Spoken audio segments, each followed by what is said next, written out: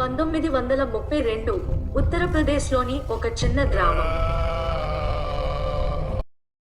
దోపిడీ చేయడంలో నేను నిపుణుడిని. నేను పత్రాలు తీసుకొచ్చి శంకర్ను భిక్షగాడిని చేస్తాను. I will bring the papers and become rich.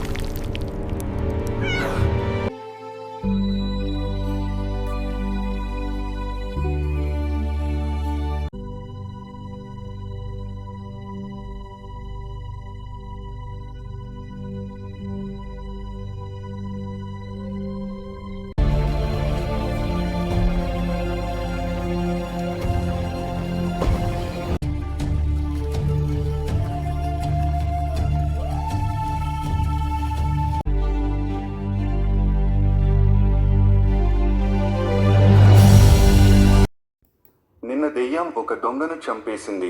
Nookalamma తల్లి మమ్మల్ని కాపాడింది.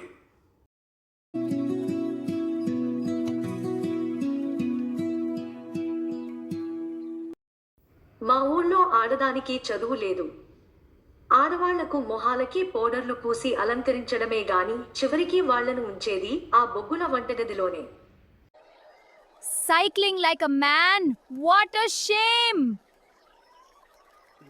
చూడండి, అది మగవాడిలా సైకిల్ ఎలా తొక్కుతుందో. ఛీ ఛీ, సిగ్గుచేటు. ప్రతి మహిళ చదువుకోవాలి. మగవాడిలాగే మహిళలు కూడా ఉద్యోగం చేస్తూ డబ్బు సంపాదించాలి. గౌరీ, నువ్వు శంకర్ను కలుడు. ఆయన నీకు మంచి ఉద్యోగం ఇస్తాడు. మన కాళ్ల మీద మనం నిలబడినప్పుడే సమాజంలో గౌరవం ఉంటుంది. దానికోసం ఎన్ని కష్టాలు వచ్చినా ఎదిరించి నిలబడాలి. నేను శంకర్ ఇంటికి వెళ్ళేసరికి ఆయన కోర్టు కేసుకు సంబంధించి బిజీగా ఉన్నారు. నేను మీకు ఒక ఉద్యోగం ఇస్తాను. Thank you, Shankar. No thanks. నేను కోర్టుకు వెళ్ళాలి. నా విలువైన ఆస్తి పత్రాలు పోయాయి. నువ్వు మా ఇంట్లోనే ఉండు. ఆ పడుచు పిల్లను ఆ దెయ్యానికి ఎరగా వేద్దాం. అమ్మా, నువ్వు పై అంతస్తుకెళ్ళి పడుకో. మగవాళ్లమంతా కిందే పడుకుంటాం. ఆ ముగ్గురు మగవాళ్లను నమ్మకు. మొదటి అంతస్తులో దెయ్యం ఉంది. ఇక్కడి నుండి పారిపో.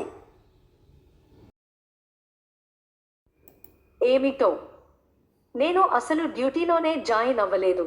అప్పుడే కష్టాలు మొదలైపోయాయి. Jai Bajrang Bali! Jai Bajrang Bali!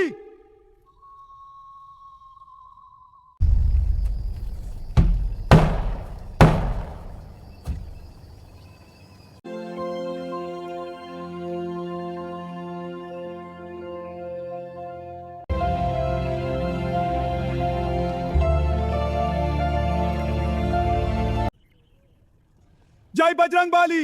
Jai Bajrang Bali!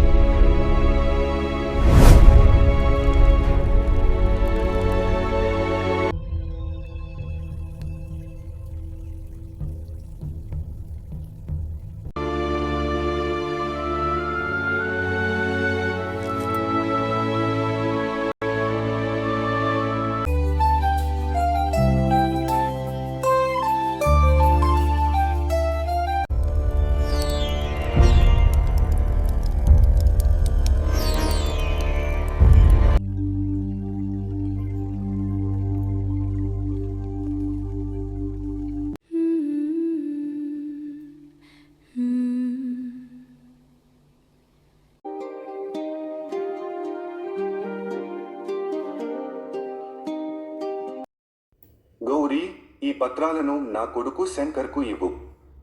అతడిని జాగ్రత్తగా చూసుకో. శంకర్, ఈ డాక్యుమెంట్లు తీసుకో. గౌరీ, నువ్వు నా ఆస్తిని, నన్ను కాపాడావు. గౌరీ, ఈయనేనా నీకు ఆ విలువైన పత్రాలు ఇచ్చింది?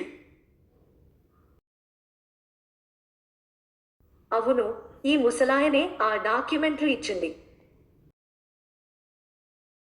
మీ పనివాళ్ళు దెయ్యాలు ఉన్నాయని అందరినీ భయపెడుతున్నారు. నేను కూడా ఆ వింత శబ్దాలు విన్నాను. కానీ ఇక్కడ ఎలాంటి దెయ్యాలు లేవు. ఆ వృద్ధుడు మా నాన్నగారు.